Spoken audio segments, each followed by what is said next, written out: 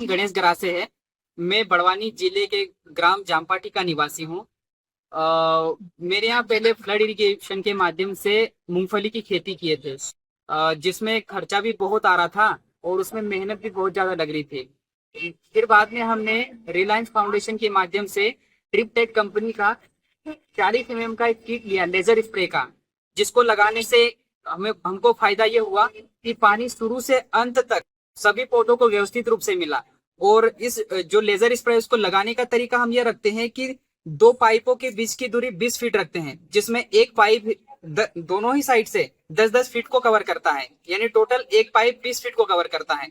और इससे जो बारिश होती है वो जैसे कृत्रिम बारिश जो होती है ना, उस तरीके से होती है, जिससे जो बारिश होती है वो ना तो फूलों को नुकसान पहुंचाती है और ना ही पत्तियों को नुकसान पहुंचाती है। और साथ ही इससे जो अंकुरण होता है वो लगभग, जो पिछली बार हमने मूंगफली फ्लड इरिगेशन में लगाई थी उसमें लगभग 70 से 80% के आसपास अंकुरण हुआ था। और जो लेजर स्प्रे लगाया हमने तो इससे जो अंकुरण हुआ वो लगभग 90% प्लस में हुआ। ठीक है, तो अंकुरण भी इससे अच्छा हुआ और ये साथ ही फूल और पत्तियों को कोई नुकसान भी नहीं पहुंचाती है।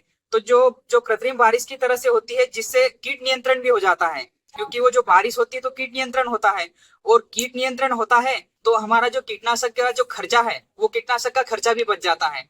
और ये जो कृत्रिम बारिश होती है जिससे ये भी है कि प्रकाश संश्लेषण की जो प्रक्रिया है वो भी व्यवस्थित रूप से संपन्न हो जाती है।